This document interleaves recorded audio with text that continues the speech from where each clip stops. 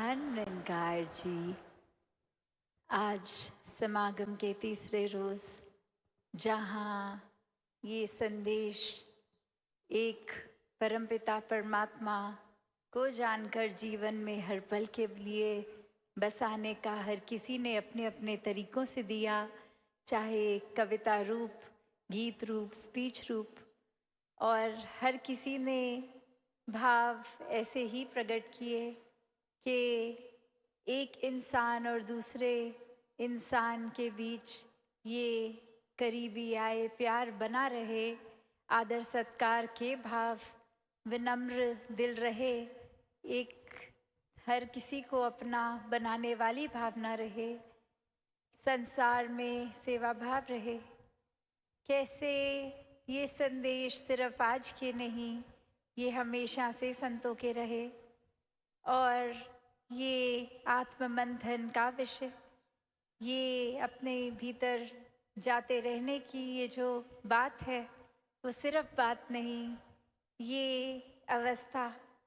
हर पल खुद को ये सेल्फ करेक्शन मोड पे डालने की बात, हमेशा से जो परोपकारी हृदय रहा संतों का, आज भी वैसा ही कि किसी के वजह से खुद के मन को हमने इकट्ठा नहीं करना, हर किसी को एक उनकी गलती अगर हमें लगता है कि है फिर भी माफ़ कर देने वाली बात। कैसे हमेशा एक संतों ने बैलेंस की बात की है जीवन में, कि एक मध्य मार्ग भी जो हम सुनते हैं कि एक एक्सट्रीमिटी की नहीं, एक बैलेंस की बात, कि ये संतुलन बना रहे, किसी भी तरफ हम इतने ज़्यादा एक एक्सट्रीम ना हो जाएं कि सिर्फ और सिर्फ इस एक पहलू को ही पकड़ के बैठें। एक जीवन की हम रोज़मर्रा पे अगर नज़र भी डालें तो चाहे कोई भी बात हो, वो कंक्लूजन यही निकलेगा कि एक बैलेंस बना के, चाहे वो परिवार ही हो, कि परिवार में एक हर एक के स्वभाव कितने अलग होते हैं, तो वो एक बैलेंस कितना ज़रूरी हो जाता है बनाना, वरना तो सिर्फ एक के मुताबिक ही चलेंगे तो बाकी परिवार में सबके मन में वो उदासी आ जाएगी। तो कैसे कभी अपनी बात को पीछे रख के दूसरे की माननी, और कभी सामने वाला अपनी बात अपनी को पीछे करके दूसरे को प्राथमिकता देता है। उसी से ये बैलेंस प्रदर्शनी में भी इधर जिन्होंने अभी देखा या देखेंगे, तो एक मॉडल भी जहाँ रस्सी पे एक इंसान इस तरह चल रहा है, और हमें पता है कि कितनी पतली होती है वो रोप वॉकर्स की रस्सी, और एक वो तरीका, एक टेक्निक उनकी, जिससे वो एक आसपास चाहे कोई सपोर्ट ना भी हो तो भी वो नहीं गिरते, और ये बैलेंस बनाकर चलते रहते हैं इतनी पतली सी जगह पे भी। तो वही जीवन के हर पल में है, जिन्होंने सांसारिक दुनिया में रहकर भी एक स्पिरिचुअलिटी के साथ बैलेंस बना के रखा, हर पर स्पिरिचुअलिटी को डाला। वो ही बात कि अगर आध्यात्मिकता है तो वो इसी संसार में हमने जीवन जीना है, हर पल को जीते हुए उसमें आध्यात्मिक होना है, वरना तो वही ये बात हम सोचें कि एक बिल्कुल ही अगर ऐसे आर्थिक दुनिया में एक अपने जीवन को जीने लग जाएं और कोई पहलू ना सोचें, सिर्फ काम काज परिवार, तो फिर वो एक छोर हो जाएगा। और वहीं अगर सिर्फ और सिर्फ खुद को अकेला करके, चाहे घर में चाहे बाहर जंगलों में, एक उस रूप में सोचें कि अब हमें अपने कर्तव्यों का पालन नहीं करना, सिर्फ एक एकांत में होकर कुछ ये स्पिरिचुअल पहलू को ही मजबूत करना है, वो दूसरा छोर हो गया। तो ये दोनों छोर में से सही क्या, सही वही बैलेंस कि कैसे एक जीवन को जीना भी है, कर्तव्यों को भी पूरा करना है, और हर पल में कर्तव्य पूरे करते करते वो एक भाव कि ये निराकार हर पल में मौजूद है, ये एकत्व करके निराकार से फिर जैसे दासी अक्सर कहती है कि वो हर पल का काम काम नहीं, वो भी सेवा बन जाता है, क्योंकि हर पल में ही निराकार शामिल है। तो कुछ काम हम उस तरह फिर नहीं कर रहे, ना हम एक अपना वर्क कर रहे हैं, ना हम घर का पालन पोषण कर रहे हैं, क्योंकि ये याद है निराकार ने हमें सिर्फ ज़रिया बनाया है। तो हम पूरी ईमानदारी से एक पूरे भाव उस तरह रखे कि ये सेवा ही हमें दातार द्वारा दी गई, परिवार का ख्याल रखने की, और उसको ही निभा रहे हैं। तो ऐसे फिर परिवारों में वो प्यार भी बना रहता है, एक दूसरे का आदर सत्कार भी हो जाता है। ये आत्ममंथन की बात भी कि कैसे जो आज हमने सत्संग में बार बार सुना कि कोई भी टिप्पणी हम दूसरों पे तो तुरंत कर देते हैं, आईना दूसरे को तो दिखा देते हैं, पर खुद के लिए बनाया है ये आईना कि अपने आप को देखें, मन अपना संवारें। तो वैसे ही हर एक छोटा सा ही चाहे इकाई है फैमिली गिनती के मेंबर्स, फिर भी ये तालमेल बनाना कभी कभी कितना मुश्किल हो जाता है। कैसे एक दूसरे से ही साथ के कमरों में रहते हुए भी एक बातचीत बंद हो जाती है, कैसे एक आदर सम्मान खो बैठते हैं। तो ये बात कि अगर वाक्य ही निराकार याद है तो हर पल में जो अभी हम राजपिता जी की विचार से प्रेम का भाव भी श्रवण कर रहे थे कि ये प्रेम की ही अपने आप में क्वालिटी है कि अगर प्रेम है तो हमारे अंदर ये निखार रूप आता रहेगा, ये मन भी दुरुस्त रहेगा। तो वही एक हर समय की खुशबू मन में रहे। ये पारिवारिक रूप तो छोटा हो गया, पर यहाँ हम संसार वासुदेव कुटुंबकम की बात करते हैं कि कैसे पूरे संसार में ही वो परिवार रूप देखा जाए, तो कैसे फिर पूरी मानवता के लिए समर्पित ये दिल हो सकता है। ये अच्छाई बुराई किसी की आंख देखती नहीं, फिर किसी की जाति पाति नहीं देखती, कोई ऊंच नीच नहीं देखती, कौन किस एड्रेस पे रहता है, कौन कितना आर्थिक रूप में किस तरह है, ये आंखें अब भेदभाव नहीं कर रही, और जहाँ भेदभाव नहीं है वहाँ दिलों में फिर नफरत भी नहीं होती। तो जीवन में ये एक रस रहते हैं संत सिर्फ एक ही नज़र से हर एक को देखते हैं, और वही नज़र की बात कहाँ से आती है, ये दातार इस निराकार से, इस परमात्मा से जुड़कर आती है। वरना दिमाग पे छोड़ दें अपनी सोच पे तो कुछ पल के लिए तो ये दिल भी शुक्रगुजार रह सकता है, पर ये अवस्था बनना 24 घंटे की, ये फिर दिमाग को, क्योंकि ये फीचर ही है दिमाग का कैरेक्टरिस्टिक कि कभी कुछ याद है कभी कुछ याद नहीं है, तो ये कभी शुक्राना करना याद रहेगा या कभी नहीं। पर जब वो अवस्था ही बन जाती है फिर वो दिमाग का काम नहीं है, वो तो फिर अपनी रग रग में ही हम वो चीज़ डाल लेते हैं, तो ये शुक्राना भाव आ जाता है। और अगर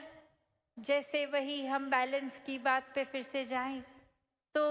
एक तराजू हर एक ने देखा है, कैसे वो वेइंग स्केल दो उसके एक एरियाज जहाँ हम एक जगह एक वेट डालते हैं और दूसरी जगह देखते हैं उतने ही वज़न का जो भी सामान डालना हो, तो कैसे वो जब बैलेंस में आ जाता है एक जितना उठा हुआ दोनों हिस्सा, तो पता लग जाता है कि हाँ अब ये भी उतने ही केजीज का हो गया है, दूसरा साइड भी। तो मन में हमारे ये एक एग्जाम्पल के तौर पे तो चीज़ पता है, पर मन के भीतर जब देखें तो ये तो आएगा कि हमें प्यार एक करना भी है, और जब रिसीव हो प्यार उसको अपने अंदर डालना भी है। पर अक्सर हम वहाँ चूक जाते हैं। एक उस तराजू के बैलेंस को बिगाड़ना एक मन की अवस्था के ऊपर हो जाता है कि ये तो भूल जाते हैं कि अगर हमें एक प्यार को जितना देना है, अगर एक्सपेक्ट कर रहे हैं कि उससे ज़्यादा मिले या उतना मिले और वो उस मुताबिक नहीं, तो ये मन की अवस्था ही है। बिकॉज़ यहीं हमने अपने आप को सही करना है। एक नज़रिया हमारा क्या है कि ये हमें ज़्यादा से ज़्यादा मिलता रहे और कितना देना है उस पे तो हम तवज्जो ही नहीं करते कि कैसे एक दे। ये कोई सौदे का तो खेल नहीं है प्यार, खैर, पर एक अगर आम भाषा में जैसे बोलते हैं कि अगर करेंगे तो मिलेगा, तो ये बात प्यार के ऊपर तो उस तरह से लागू नहीं, क्योंकि अगर हमारे वाक्य ही असली एसेंस में प्यार है तो वो उस पैमाने पे है ही नहीं कि वापस मिलेगा, क्योंकि प्यार तो वो भाव है जो सिर्फ जितना देते हैं उतना ही मन खुश रहता है। तो यहाँ एक बैलेंस की बात कि हम किस तरफ तराजू के वो नज़र डाल रहे हैं कि हम कितना दे रहे हैं उस पे या हमारे को कितना मिल रहा है उस पे। तो संतों ने तो हमेशा देने की ही बात की है। कोई सौदेबाजी, कोई शातिर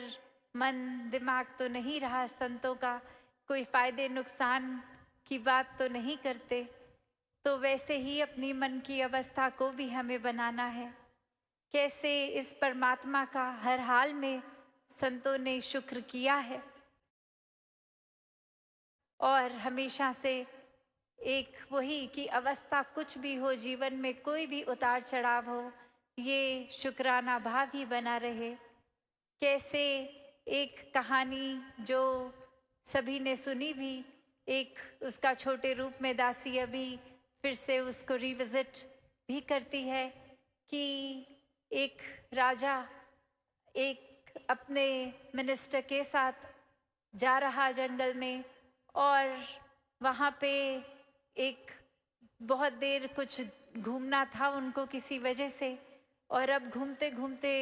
भूख लग गई, धूप भी काफ़ी थी, और एक पेड़ नज़र आता है जहाँ फिर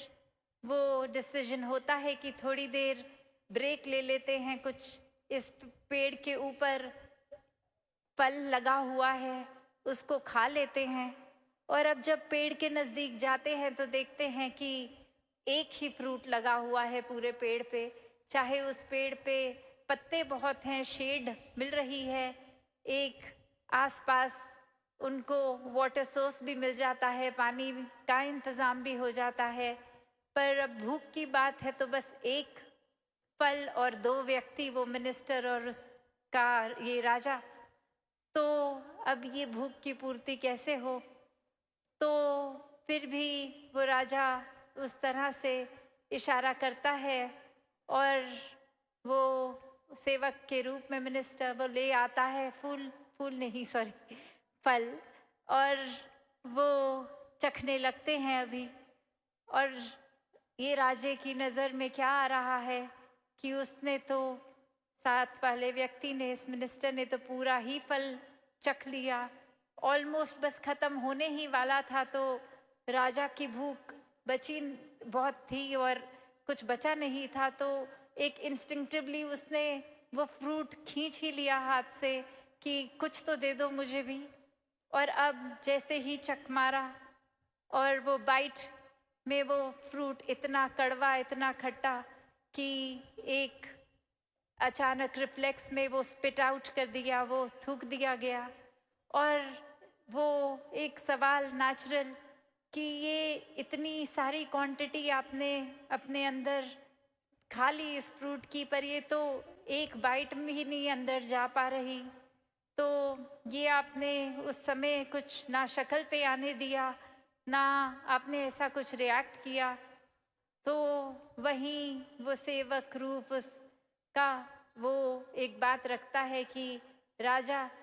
आपने मुझे सब कुछ दिया है और अगर आपने अभी सिर्फ एक हुक्म ही किया कि वो फल को तोड़ो, तो पहले तो मेरे मन में आया कि मैं एक उसको फर्स्ट बाइट मार के देख लूं कि अंदर से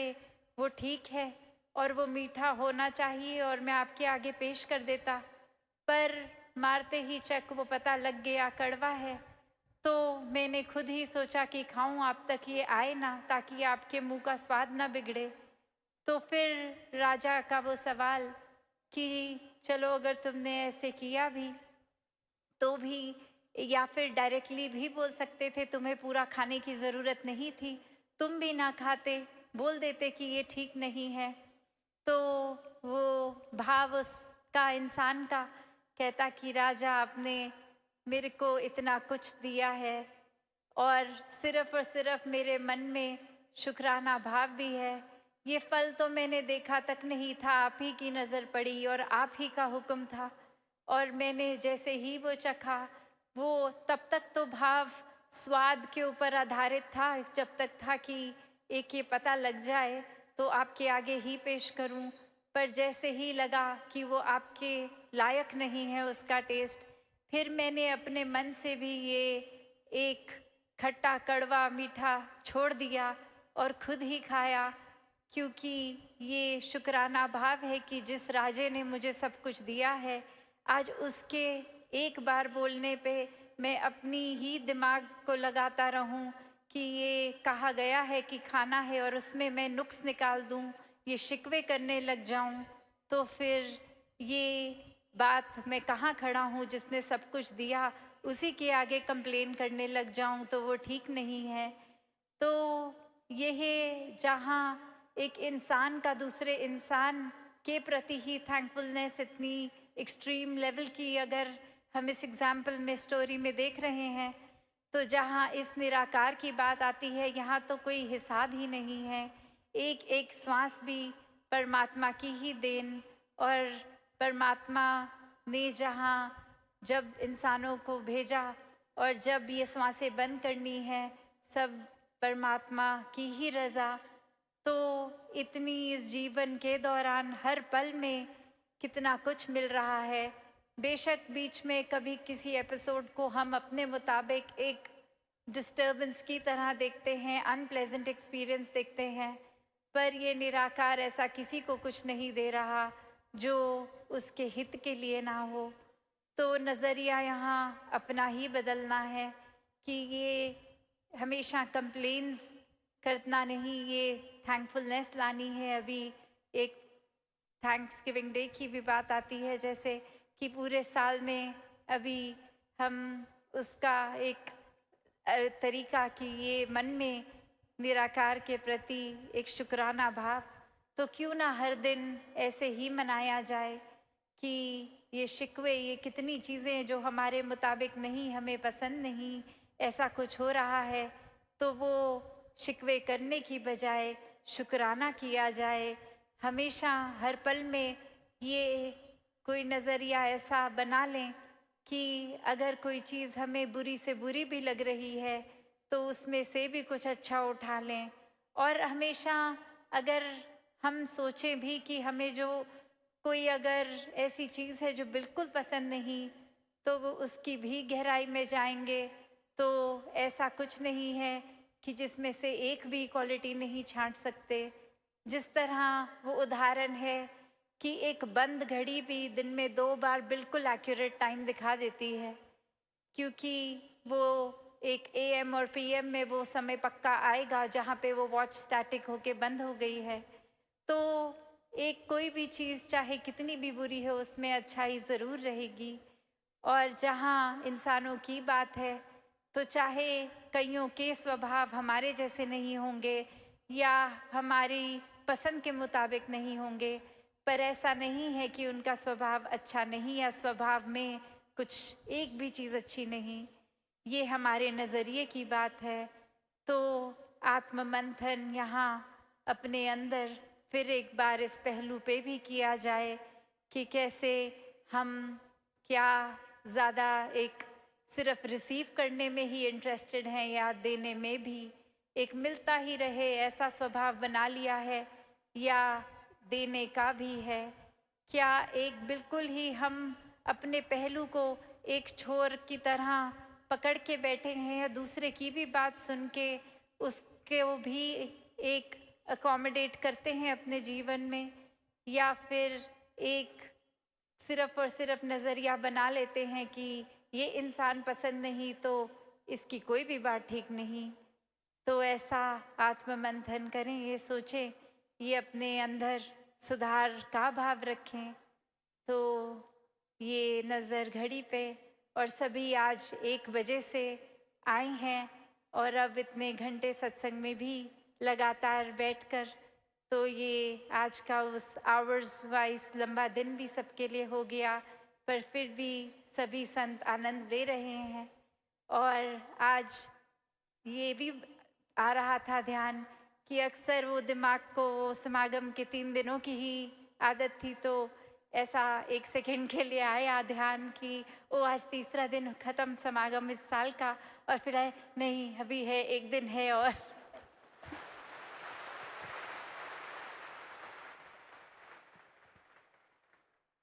तो वो चाहे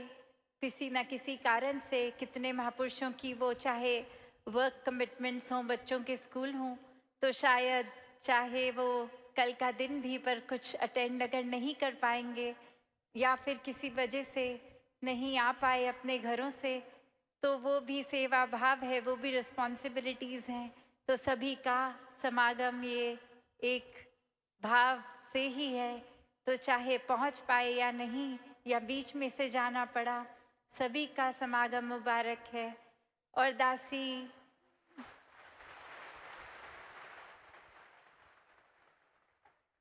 आज ये बात भी साझा करना चाहेगी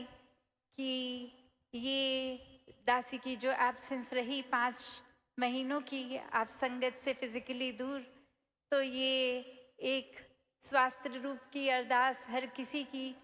एक कभी ना कभी किसी तरह से पहुंचती थी। तो वही बात कि आप सब संगत जो संगत माँ सर का ताज हैं, आपके आशीर्वाद से वो स्वास्थ्य भी अब ऑलमोस्ट पूरी तरह रिकवर्ड है जी।